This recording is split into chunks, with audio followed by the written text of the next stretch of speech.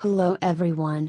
Welcome to Lify Life, how to avoid conflicts and not succumb to provocations in online communication, advice from a conflictologist. The conflict expert told how to stop being provocative on the internet. The destroyed state, uncertainty about the future, the remoteness of friends and relatives are the main causes of general anxiety and depression. It is often even more difficult for refugees abroad, because other problems are added: a language and cultural barrier, peculiarities of interaction with doctors, a feeling of loneliness and guilt for leaving their homeland. All these difficulties cause a wave of unpleasant feelings, helplessness, excessive irritability and outbursts of anger.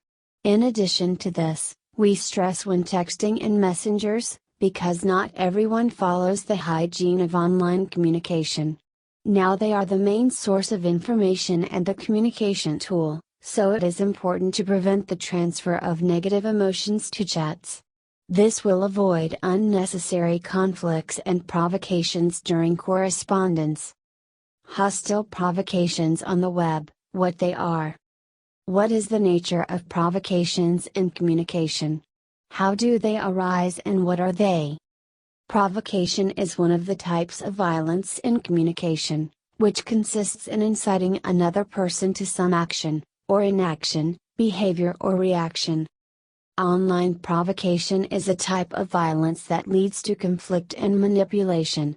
Among the most common of them are trolling, bullying, disputes, attacks, slander, frapping, happy slapping, dissing. The consequences of provocation can be disastrous or very harmful to a person's mental health. That is why it is so important to recognize them and respond appropriately to them. How now, during the war, does the enemy use quarrels and conflicts in the information space? First of all, quarrels cause a strong emotional reaction, in connection with which the interlocutors think less critically and rationally. Secondly, emotionally charged topics usually attract more attention than dry facts. The enemy uses intense discussions to discredit or demoralize individuals or populations. Thus, he tries to switch the attention of a wide audience on important issues to trifling ones. Can aggression be a healthy way to deal with stress? How to respond to disputes. How to assess when they will improve their emotional state, and in which case they will worsen. The first step is to assess whether the conflict violates personal boundaries, threatens personal security, comfort and beliefs. Secondly, analyze whether you have an emotional and energy resource for a productive confrontation. If the conflict is a threat to you, and there are no forces for confrontation, beware of the development and aggravation of the conflict, because you will only harm yourself and will not get any positive result. Why is it important not to ignore negative emotions and what methods are best to get rid of them? Trying to ignore uncomfortable feelings leads to anxiety and loss of emotional balance. Also, the accumulation of negativity is a direct path to a nervous breakdown.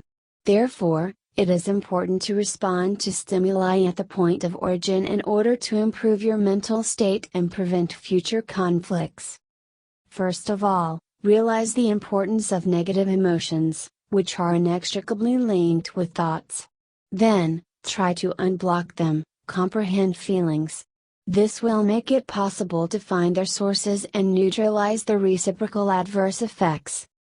A commitment plan should also be drawn up so that the pattern and structure of responding to such emotions is clear. Give preference to small and easy to follow steps. In the future, they will help to control feelings in similar situations and not feel bad. How social networks and instant messengers can increase conflicts. Why are provocations on the internet dangerous now? They are easier to succumb to because of the shattered emotional and psychological state. The war is accompanied by a lot of experiences for ordinary Ukrainians, and at the same time there is no way to restore their strength. Since the vast majority of Ukrainians receive information from the internet, which is full of negativity and aggression in the information space, it is easy to unbalance a person. How to respond to painful topics. The most painful is the pain of losing contact with friends and acquaintances, nostalgia for one's own town, drama due to the death of a loved one, the destruction of a house, etc., and in general, sadness for a past life, a feeling of confusion and fear of the future due to the impossibility of planning it. This pain cannot be overcome, but can only be accepted. Try to focus not on the future, which is now extremely unpredictable, but on the present.